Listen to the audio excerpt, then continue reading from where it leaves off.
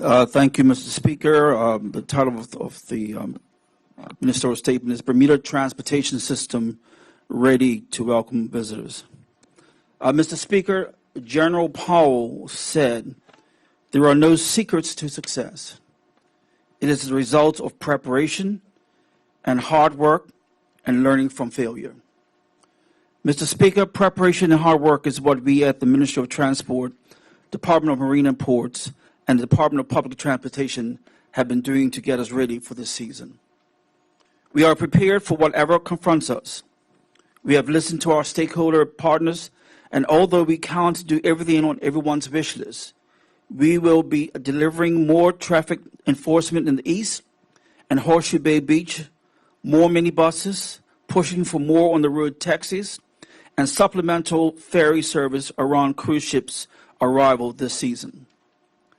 Mr. Speaker, honorable members will be aware of the original forecast for arrivals of 224 calls for the 2023 calendar year. Unfortunately, due to weather events this January, February, and March, Norwegian Cruise Lines was unable to call into Bermuda on their way south on 10 occasions. One call in April, the Vasco da Gama, was removed for scheduling purposes, leaving 213 calls on the schedule. Bermuda's traditional cruise season starts in mid-April and runs through October. Bermuda did receive 7 cruise calls this quarter, and if the weather is agreeable, there are 6 more calls scheduled in March. Mr. Speaker, it is important to reiterate my previous remarks on the subject of daily passenger arrival numbers. 2023 will see an increase in calls in April, October, November, and December, and ships are coming almost 7 days a week. And this ensures that passenger volume is spread more evenly throughout the week and year. Mr. Speaker, the Ministry of Transport is working to ensure a viable transportation system. The availability of reliable and efficient public transportation is vital to the economy. Our community's quality of life and the business experience demand of a premier destination. Seamless movement of people is essential for work, school, or leisure activities. The Ministry of Transport is committed to improving the quality of public transportation service across the island. Our goal is to ensure our transportation system is safe, reliable, and environmentally sustainable. Mr. Speaker, one of the most significant achievements and improvements to date in our transportation system is the successful introduction of the first 30 electric buses. The first 10 of the 30 entered service on April 13, 2022. The benefits of electric public buses in Bermuda are numerous. Electric buses produce no harmful emissions, reducing the island's carbon footprint and improving air quality.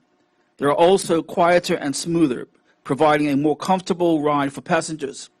In addition, electric buses require less maintenance than traditional diesel buses, resulting in lower operating costs and longer lifespans. Mr. Speaker, we in the ministry eagerly await the landing of 40 new buses in July 2023. With an electric bus fleet totaling 70 buses, with some of the older still viable models will be sufficient to provide for the full bus schedule, which requires 88 buses in service. There will be more capacity and use of public buses for the school runs, freeing up the service of the minibuses that currently provide the services to the schools. Most importantly, Mr. Speaker, we will also see significantly less bus routes cancellation due to a more reliable service. Mr. Speaker, in addition to these improvements, the ministry has been working on several other initiatives to enhance their overall transportation service in Bermuda. The shared ride taxi model operated at the LFA airport is not working as efficiently as intended, and therefore there will be changes made to the system. Passengers at the airport will have the option of shared ride in advance of selecting their transportation source. This will encourage passengers to use shared ride, which is less expensive transportation option, and when used, it corrects transport capacity in the system.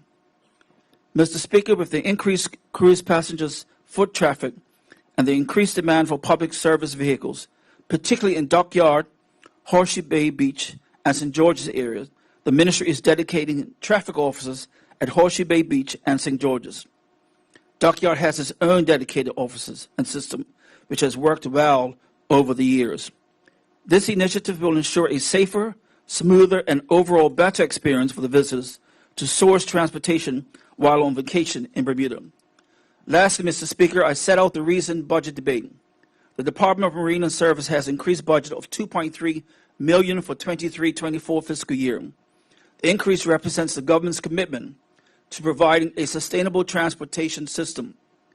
Due to the heavy cruise ship season, we must ensure the ferries, the pilot boats, the line boats, and the tugboats, etc., are prepared to handle the load, plus continue the reliable service to residents. The department has worked diligently to prepare for the busy season and has the funding to deliver on the plans made for the season. Mr. Speaker, the Ministry of Transport remains committed to improving public transportation service across the island. We recognize the critical role that public transportation plays in our society. We are determined to provide a safe, reliable, and sustainable transportation system for all. The ministry will continue to work with stakeholders in the transportation industry and other government agencies to develop and implement new initiatives and programs aimed at improving public transportation service in Bermuda. Thank you very much, Mr. Speaker.